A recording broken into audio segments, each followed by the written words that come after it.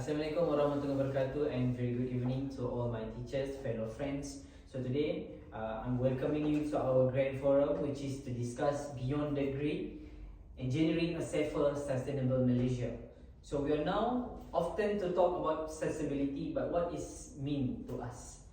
What happened when being green conflict with being cheap, or when the public safety challenge the engineering efficiency? Today, we are looking at a problem that affects millions of Malaysians, which is lighting inequity.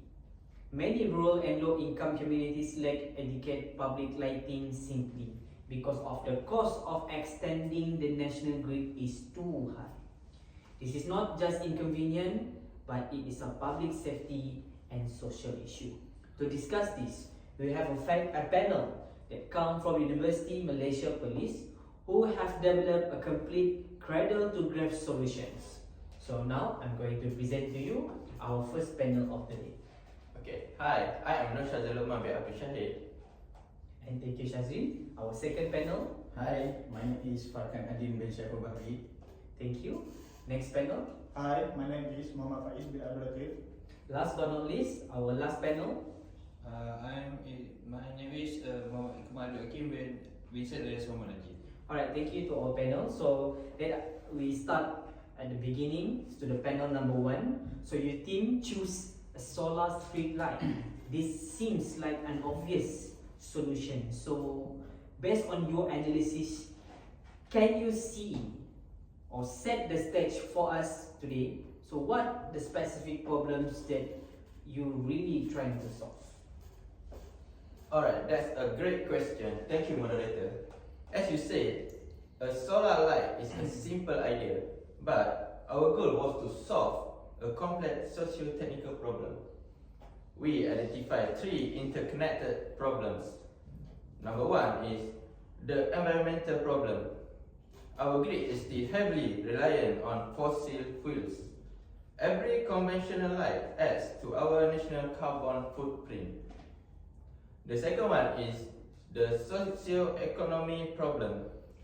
The lack of light in rural or village, or as we know, kampong areas, directly relates to higher crime rates and reduced community activity after dark. The last one is the infrastructural problem. The high cost of extending grid make fixing this not economically viable for many areas. So our product, sustainability off-grid system, was designed to solve all the 3 problems. It's off-grid to solve the infrastructure cost, and it's a solar to solve the emission problems. But the key word, as you hear today, is sustainable. This forced us to analyze the entire product life cycle from the cradle, sourcing raw materials, to the grave. It is final disposal, and that's where the real engineering challenge began. Alright, that's a fantastic overview. Thank you to our first panel, Shazrin. So you have brought up the product life cycle. So many green products have a dirty secret. They are manufacturing or disposal is terrible for the environment. So your report highlights the battery as a major source of the hazardous e-waste. So we continue to our second panel.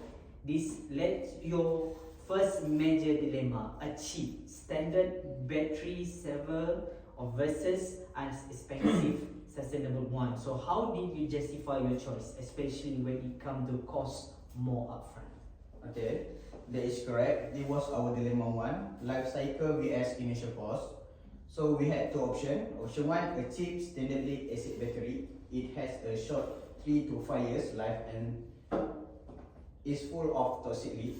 Option 2, a more expensive lithium iron phosphate life P04 battery. It costs 2 to 3 times more, but it lasts 10 to 15 years, 4 times longer. We chose more expensive life P04 battery. The justification was simple. We conclude that sustainable product that generate hazardous waste every 3 years is a failure of design. It was not just an opinion, it was a legal decision under the Environmental Quality Act EQA 1974. battery are classified as scheduled waste, you can just throw them away by choosing the 15 years battery. We design out the waste problem and reduce the long-term cost for the community.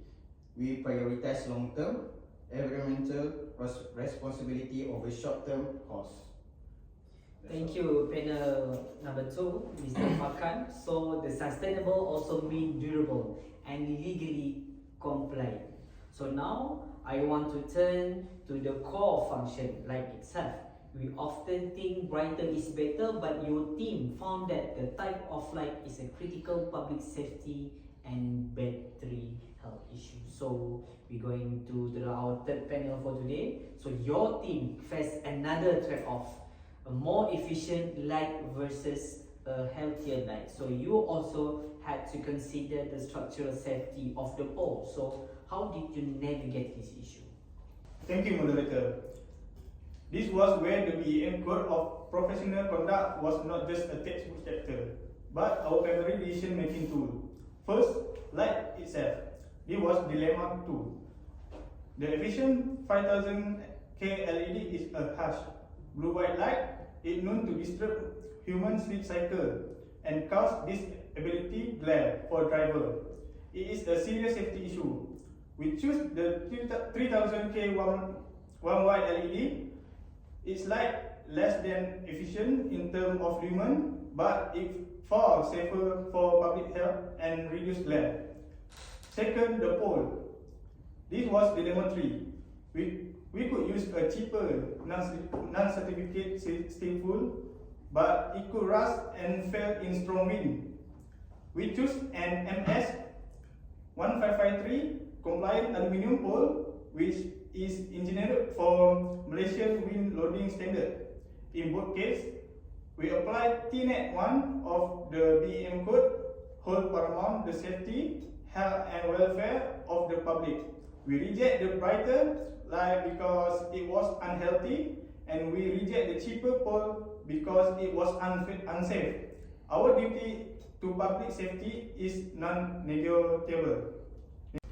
Paramount public safety, it shows us a clear line between a cheap product and a professional ethical design.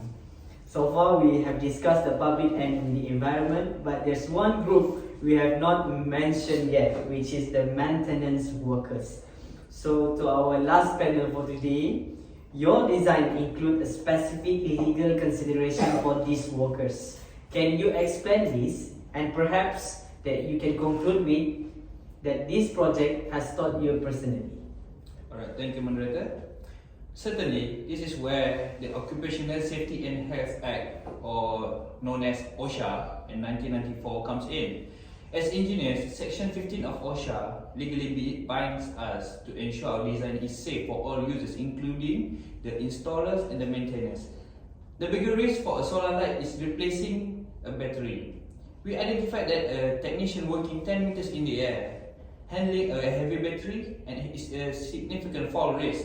So we design out the risk. Our design is specified that the battery enclosure must be at the base of the pole in a locked compartment. This eliminates the needs for working at height during maintenance.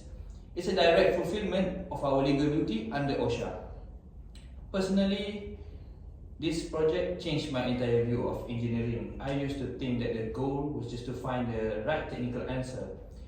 This report forced me to see that the most efficient answer, like the panel number 3 said, the 5000K light can be the wrong ethical one. So I learned that the BEM code and laws like OSHA and EQA aren't just rules to follow. They are tools for engineers to justify the right decision, the safe and the sustainable one, over the easy decision, which is the cheap one. So thank you, our last panel for today, and thank you to our panel for today. So we have heard that today is a very master class in modern engineering. It is a shift from just building things to designing for a couple complete product life cycles. It is clear that your team has proven that the engineer's true responsibility is not just to deliver a functional part or functional product, but to protect the welfare of the public and the integrity of the environments for the product and entire life. So thank you everyone for joining our forums. So that concludes our presentation for today. Thank you.